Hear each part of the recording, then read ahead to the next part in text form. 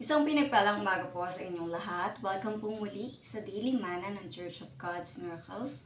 Once again, ako po ang inyong kapatid kay Cristo, Abby Canedo po, na minsan pa'y bumabati sa inyo ng pinagpalang umaga.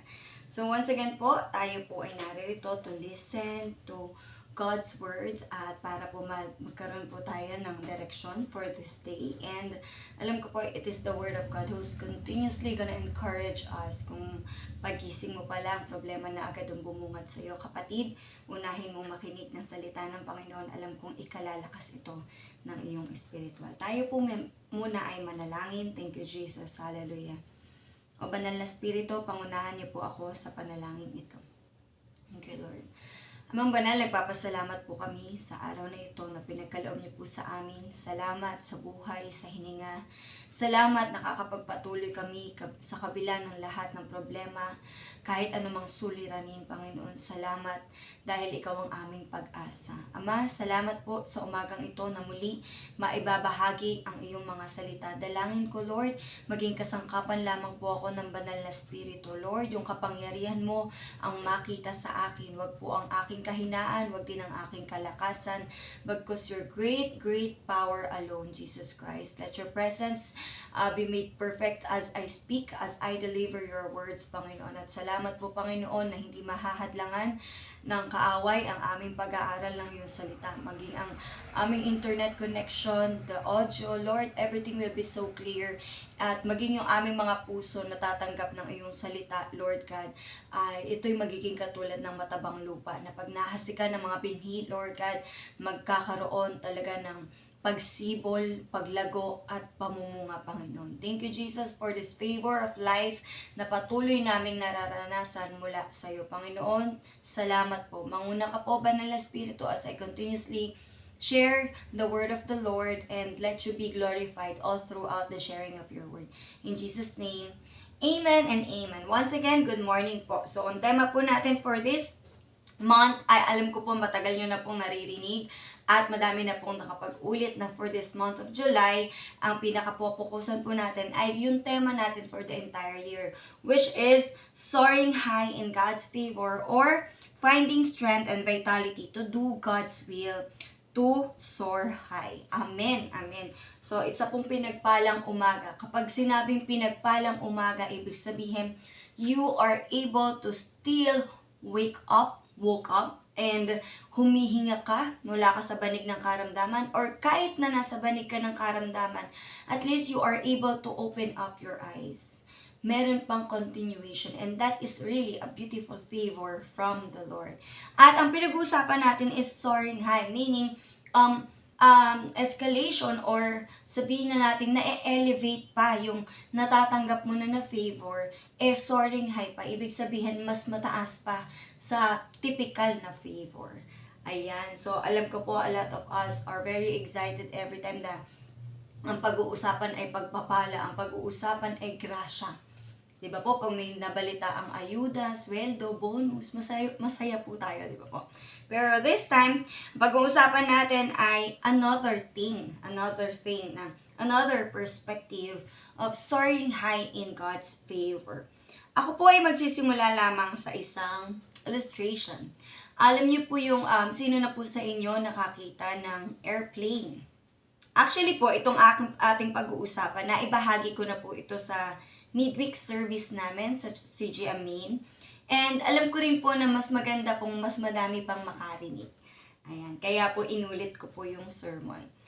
Going back, sino na po sa inyo ang nakakita ng airplane? Ayan, so I hope nakakita na po kayo. Type amen kung nakakita na kayo ng airplane. So, ang airplane ay hindi nakikita lang sa terminal. Hindi lang siya nag-stay doon. Nakikita nyo siya up in the sky. Tama po. Pero ang eroplano po, before it take off, bago mo siya makita sa ere, sa langit, nandun siya sa napakahabang runway. Tama po? Nagsisimula siya sa baba. At pag naka-take off na siya, alam niyo po, when it reaches or pag malapit na siya sa destination, ano pong mapapansin niyo? Magla-landing naman po siya. Tama po. Hindi ka pwedeng, hindi magiging useful ang eroplano kung hindi niya kayang mag-landing. Kasi what for? Kasi wala namang gustong magstay sa ere. Ayun, I hope that you are getting my point this time. So, ayun po ang ating pag-uusapan, yung illustration natin na yung airport na nag-take off from the runway and going back, magla-landing pababa. And another is, it will return back. So, bumabalik. May returning back. Wala pong airplane na pag nakarating na ng Korea, hindi na po aalis doon. May pagbalik kung saan siya nag-originate or kung saan pang destination siya dapat magpunta. So, every time we desire to soar high, this should be our habit. Or dapat po ito yung part ng ating lifestyle so that our spirit will not fall and crush. So, ayan po, usapang landing, usapang take off. Pag-uusapan natin to, dapat ready po tayo. So that, ang sabi po dito, dapat ito yung mindset natin, ito yung laman ng puso natin. Ito talaga yung magiging lifestyle natin. Kasi po, para maiwasan yung crashing and falling at the same time. Amen. So, number 1, I will give you, always have an attitude check or heart check. Attitude check. Why did I say attitude check? Yung sa pag-runway, yung nasa baba pa lang yung eroplano, alam nyo po, it signifies humility. Kasi a lot of people notice lang po yung airplane sa sky na. Pero alam nyo, pagbabalikan nyo, saan siya nagsimula? Sa baba. And kanina, sinabi ko din sa inyo, hindi na maganda na nasa itaas ka lang and you are not able to land para makapunta ka sa destination. Kaya po, you start humble, you finish humble. Tama po.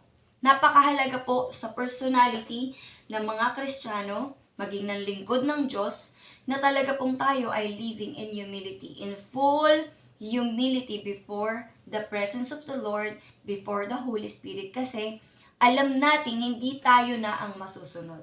Hindi na yung prinsipyo mo, hindi na yung damdamin mo, hindi na yung degree na natapos mo, hindi na yung katwiran ng pamundo. We are to yield. Magpapasakop po tayo. At magagawa mo lang magpasakop, sumunod, without grumbling, kapag meron kang humble heart. Tama po. Amen? Kasi, mahirap sumunod. Like for example, may bagong tinayong leader, ikaw ay nakakaedad. Mas bata sa'yo. Willing ka bang sumunod dun sa leader na yun na ipinuwesto ng Panginoon? Baka kasi yung ego natin ay masagasaan. Parang ang tagal ko na sa church. I am older than you. Tapos pasusunurin mo ko.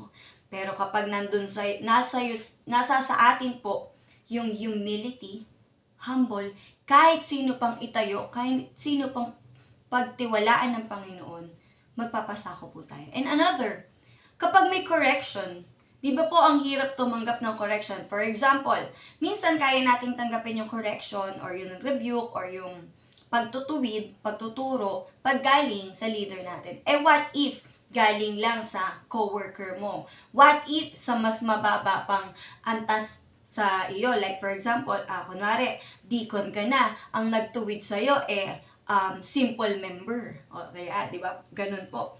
Kaya po, tayo, kapag wala tayong humble heart, contrite spirit, mahihirapan po tayong mag-take off. Kasi nga po, walang nakakarating sa ere. You cannot soar high if you will not start in the runway. Kapag hindi ka dumaan sa kababaang loob. Amen? Wala pong airplane tapos antimano taas. Meron po siyang time na talagang malayo-layo po yung babaybayin po, tatakbuhin ng eroplano bago pa po siya maka-take off. Tama po. Kaya po sabi doon, if we know that dapat nagsisimula tayong humble, dapat natatapos ding humble. Hindi lang sa simula mabait. Hindi lang sa simula teachable. Hindi lang sa simula nagpapasakop. It's really a lifestyle. Kasama na to. Kaya po, number 1 is always have an attitude check. Kasi dapat lagi mong i-check yung puso mo. Kasi kapag meron ng, pag pumipitik na yan, ibig sabihin, may something na sa puso. Baka na namamagnify or na nabibigyan mo ng halaga yung sarili mo. Hindi na yung gusto ng Panginoon or hindi ka na nag-i-stand sa prinsipyo ng Panginoon. Kasi po, and lagi ko ding sasabihin, bakit napakahalagang manatili tayo sa kapakumbabaan? Why? We cannot brag because we all know that in everything that we do, all the glory belongs to the Lord. Amen? Hindi ka kukuha kahit katiting. Kaya kahit naging successful yung event, naging successful yung pangangaral mo, naging successful yung evangelism mo, you will stay humble. Hindi mo yan ikaka-proud or hindi yan kasama sa resume mo. Hindi yan kasama sa mga experiences mo. We cannot backtrack on it. Kaya nga lagi pong paalala, you cannot live on previous anointing. Yesterday's anointing. No, we always have to have a humble heart para maranasan natin yung malayang pagkilos ng Panginoon. Kasi we can never experience yung freedom in worship kapag nagko-complete control tayo, pag minamanage natin. Dapat para totally makasubmerge ka sa presence ng Lord, sa pagsunod mo sa Lord, totally, siya yung above you. Talagang gusto mo lang, Lord, sige, go. You go with the flow of the presence of the Lord. Amen? At magagawa lang yan kapag meron po tayong humble heart. Ang sabi po dito, you cannot reach another destination without landing. Kaya po, palagi kong pinapaalala, kapag gusto mo makarating sa isang destination, for example, gusto mo ang destination is like another chapter of your life, another growth from the Lord, another level of experience with the Lord. Hindi ka makakaranas ng panibagong karanasan sa Lord kapag hindi mo pinipili magkaroon ng humble heart. Amen. Yan po. So, heart check po tayo. Heart check. Alam niyo po, wala naman pong masamang magpaalalahanan. Wala pong masama. Kasi po, lagi po yan, yung mga taong nagpapaalala sa'yo, they are so concerned. Pwede kasing hindi na nila iparating sa'yo yung mga foul mong gawa. Kasi, syempre, kesa naman mag-build pa ng wall, kesa naman mag-build pa ng kiskisan. So, dead man na lang. Pero, kapag ipinarating sa'yo, kapatid, mas mahalin mo yung taong yun. Why? Kasi nagmamalasakit siya sa iyo, sa paglago mo sa Panginoon. Kaya tanggapin po natin ito ng may kapakumbabaan sa ating mga puso. Amen? Amen. So, I hope tayo pong lahat ay na-encourage na magkaroon ng heart check every now and then. Kasi dapat hindi lumalaki ang ulo, laging puputukin yan. Lagi pong dapat ang nagbibigay, ang glory ay sa Lord. Ang glory ay sa Lord lang. Amen po. Lahat in humility. Kasi in humility, ikaw yung bumababa sa estado ng kasamahan mo. Hindi ikaw yung aabutin. Hindi sa'yo mag-a-adjust. Kahit nasabi mong, ang tagal-tagal nang naglilingkod, ako pa rin ba ang mag-a-adjust? Kapatid, ang Diyos ay nag-i-expect ng growth. Kapag sinasabi mong nanonurture ka spiritually at kiniklaim mo that you are growing in Christ, kaya mong unawain kahit ang hindi kamahal-mahal. Amen? And you can be able to understand, to adjust yourself because you have a humble heart. Ang hindi lang naman makapag-adjust dyan is yung prideful in spirit. Kaya kapatid, kung ayaw mo ng prideful na spirit, lagi po natin magkaroon tayo ng heart check na Lord, nasa kapakumbabaan pa ba ako? Ayos pa ba yung puso ko sa paglilingkod ko sa'yo, sa pagsunod ko sa'yo? Amen. Yan po. So, number 1 po tayo. Medyo ang ating usapan ay matalim po. Pero ito po ay para sa ating ikalalago. Amen. So, I-mention ko rin po, sabi po ito sa Awit 25 verse 9, sa mapagpakumbaba, siya ang gumagabay. Sa kanyang kalooban, kanyang inaakay. Amen. Ang maaakay lang ng Panginoon sa kanyang kalooban ay yung nagpapakumbaba. Kaya kapatid, kapag gusto mong makarating dun sa katwiran, dun sa kalooban ng Panginoon sa'yo, start humble. Continuously live a humble life. Amen? Pag humble, pasok po dun yung teachable, pasok po dun yung yielding, pasok po yung obedient. Amen po? So, ayan po. Which leads me to my second point. nadadalhin sa kalooban. Sabi po dito, number 2, have a father's heart mindset. Ayan, kalooban. Paano mo malalaman kung nandun ka sa kalooban ng Panginoon? You need to always know what is in the heart of the Father. So, hindi mo yun malalaman, kapatid, upon browsing FB, upon continuously nagbababad ka sa social media. Nasaan ang kalooban ng Panginoon? Nasa salita ng Panginoon. If we are giving our time, may devotion tayo sa Panginoon, may quiet time ka sa Panginoon. Sa bawat gathering, you are present. Sa bawat prayer and fasting, you are making yourself available. Lagi kang present. Sa bawat pagtitipon sa ngalan ng Panginoon, naroroon ka. You will definitely know the Father's heart. And actually, sa pananalangin po, ang pananalangin po natin dapat hindi one way. Paano yung one way? Ikaw lang yung salita ng salita, and after mo magsalita, amen. Our prayer life should be two-way. You are telling the Lord, you are worshiping the Lord, you are praising Him, you are telling all your burdens, you are casting down every burdens that you have, and then you wait upon the Lord to speak unto you. So you will know His instruction, His will, His guidance over your life. Malabo mong malaman ang puso ng Ama kung hindi ka nagbabasa ng Biblia. Kung hindi ka nakikipag-usap sa Ama. Kung hindi ka nakikinig sa mentor mo, sa pastor mo. Kasi sila yung daluyan. They will be the ones who's gonna confirm it to you. Kunwari, may inimpress sa'yo si Lord. Upon reading the Bible, it was confirmed. Pero may mas magko-confirm pa dyan. At gumagamit si Lord ng mga lingkod niya. At kaya nga po, dapat mahalaga po that we are having our quiet time and devotion sa ating Panginoon. Amen po? Sabi po kasi dito, soaring high is good. Yes. Kapag nasa ere ka na, it's really good. Na, ay, grabe, nakapag-take off. Hi, grabe, na-reach na yung highest level. Kasi po, di ba po, matataas naman po talaga ang lipad ng eroplano. It is good, but reaching your destination is fulfilling. It is the fulfillment, actually. Kasi, merong mga nag-take off, merong mga nag-soar high.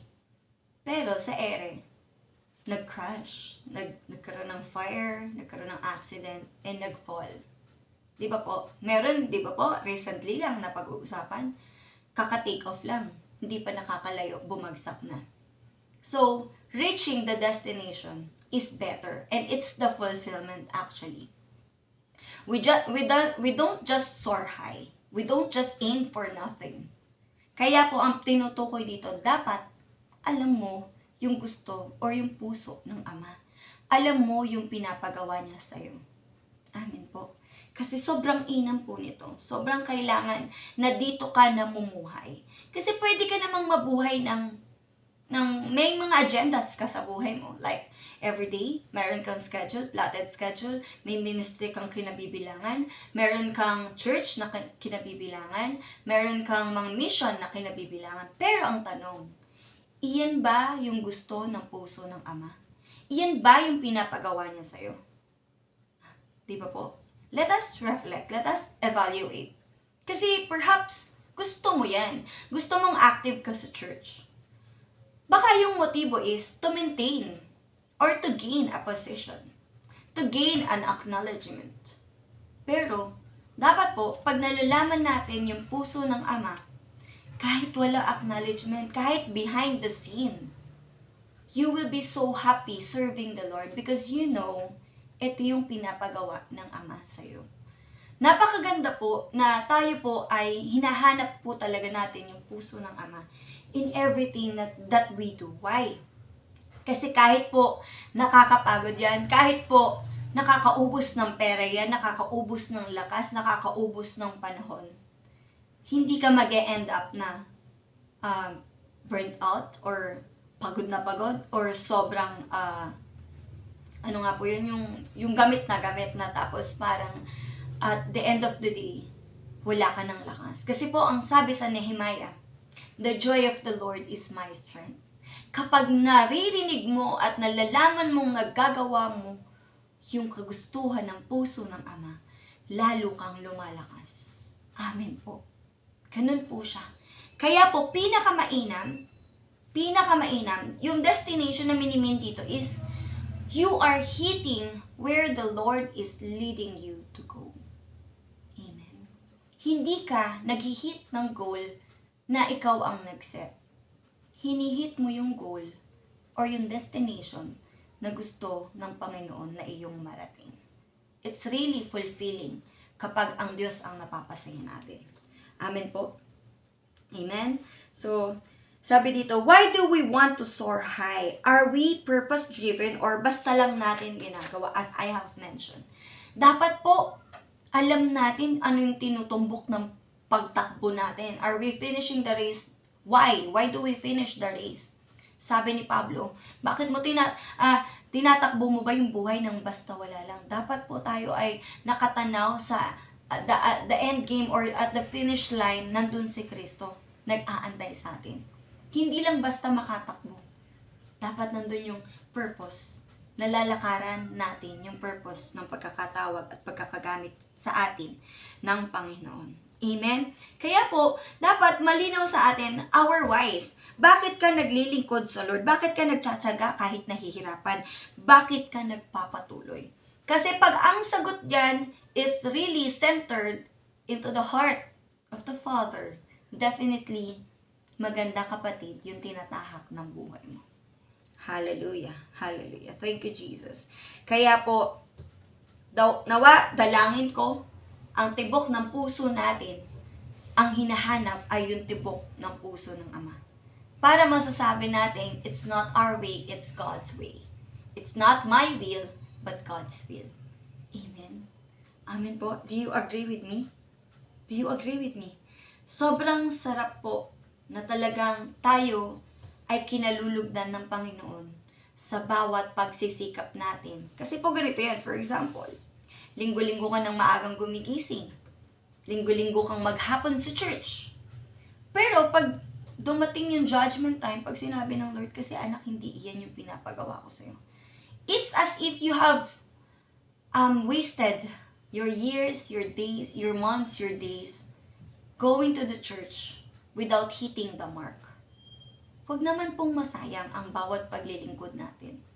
At huwag din pong dumating sa punto na yung lahat po ng paglilingkod natin pag sumalang sa apoy ay masusunog lang. Huwag po.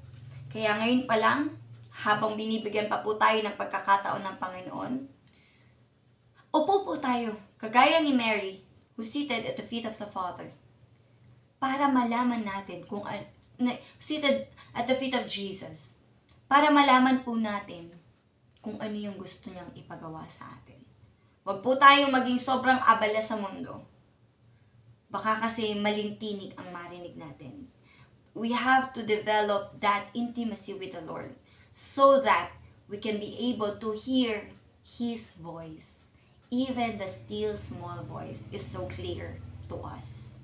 Amen po. Amen po. Gaya nung sinabi ni Jesus sa Juan 5:19. Kaya't sinabi sa kanila ni Jesus, pakatandaan ninyo na walang magagawa ang anak sa kanyang sarili lamang.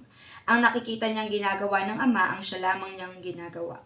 Ang ginagawa ng Ama ay siya rin ginagawa ng anak. Baba po tayo sa verse 30b. Hindi ang sarili kong kalooban ng aking sinusunod, kundi ang kalooban ng nagsugo sa atin. Dapat ganyan po ang buhay natin. Kung hindi pinapagawa ng Ama, huwag kang gumawa. Pag pinapagawa ng Ama, gawin mo ng may katapatan. Amen po? Kasi po, kapag you go beyond what the Lord is commanding you to do, it's waste. It's a waste. Pero, kapag ginagawa mo kung ano yung pinapagawa, katulad ng pagpapagawa ni Jesus, ay ng Panginoon sa arko, specifically, the Lord has given instruction to Noah. And it was complied. Kasi kung may miss out po doon, kahit 1 inch, 1 foot si Noah, for sure, magkakaroon po ng imbalance sa arko. At possible na, for example, tinamad siyang taasan, binabaan niya ng isang level, baka hindi nagkasya yung giraffe. Pag hindi niya masyadong niluwagan, tama na tong luwag na to, baka nagsikip dahil may elepante. Ganun po. Sa pagsunod sa Lord, the Lord is giving us accurate and precise instruction. Para marinig mo yan ng sobrang linaw, sit at His feet, devote your time to Him, have a quality time to our Lord. And your prayer and our prayer should be a two-way communication. Amen po. And that's number 2. How about number 3? It's a continuous process oriented. Dapat po tayong lahat ay alam natin sa buhay natin, it's a continuous process oriented. Paano continuous process oriented? Hindi siya natatapos. Yung proseso ng paglago, yung proseso ng pakikipag-ugnayan sa Lord, yung proseso ay tuloy-tuloy until the day that He comes back. Amen? Kaya never go tired of doing the perfect will of the Lord. Why? Sasabihin ko pong it's a continuous process kasi po, yung 1 and 2, pauulit-ulitin mo lang yan sa buhay mo. You always have to check your heart if you are in a humility state. Dapat po, lagi kang nandun sa kapakumbabaan. At dapat, lagi mong hinahanap yung gusto ng puso ng Ama. Paulit-ulit yan. Kasi po, kapag for example, sa number 2 ka nag-stop, nagagawa ko naman yung gusto ng Ama. Possible, pag hindi ka bumalik sa number 1, baka yumabang ka, kapatid. Nagawa ko to. Patulad po nung Pariseo. Naalala niyo po yung nananalangin? Panginoon, nagtatights ako, nagpa-fasting ako. He can brag. Whatever you are doing to the Lord, kaya mong ipagyabang yan. Kaya dapat babalik ka sa number 1. Lord, nagawa ko na to. Lahat sa'yo ang papuri. Balik ka, pakumbaba pa din. Balik ka. It's a continuous process. Lagi yan. Kahit sang kandaling stage ng Lord, lumalago,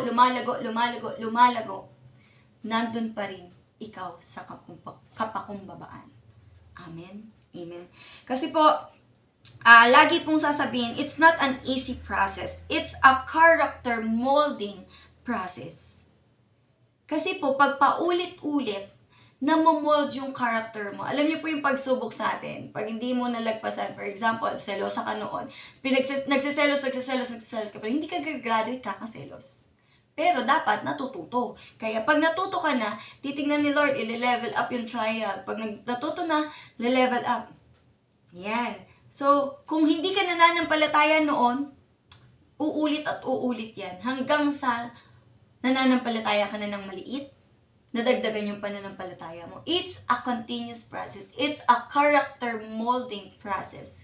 Kasi dapat nakikita habang tayo nakakapagpatuloy kay Kristo, nakikita si Kristo sa buhay natin. Amen? Grabe po talaga. Kasi hindi naman po talaga tayo lahat perfect. Only Jesus Christ is perfect.